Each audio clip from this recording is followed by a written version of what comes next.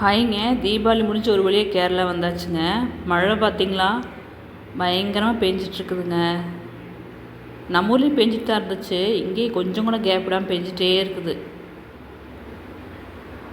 Breakfast வந்து நல்லா மழைக்கு இதமாக ஒரு மீன் குழம்பும் கப்பைங்க மரவள்ளிக்கிழங்கு வேக வச்சது, ரெண்டும் காம்பினேஷன் சூப்பராக இருக்குங்க.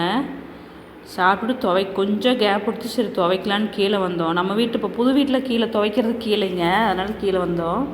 எல்லாம் குட்டி குட்டியாக செடியில் வச்சு விட்டுருக்குறாங்க. திருப்பி அடுத்த மழை வர்றதுக்குள்ளே துவைச்சிடணும். இந்த ஃப்ரூட்டு ஃபேஷன் ஃப்ரூட்டுன்னு சொல்லுவாங்க இங்கே. நம்ம ஊரில் என்ன சொல்லுவாங்க இல்லை, அந்த ஃப்ரூட் இருக்குது பாருங்கள். திருப்பி மழை ஸ்டார்ட் ஆயிடுச்சுங்க. பாதி துணி துவைக்க திருப்பி கொஞ்சம் கேப் கிடச்சி துவைச்சாச்சு.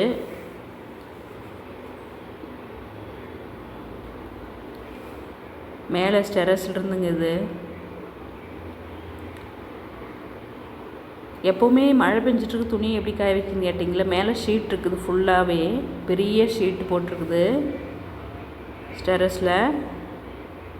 அங்கே தாங்க துணி காய வைக்கணும். துணி காய வைக்க வந்துட்டு அப்படியே உங்களுக்கு வீடியோ எடுத்துருக்குற வியூ அழகாக இருந்ததுனால.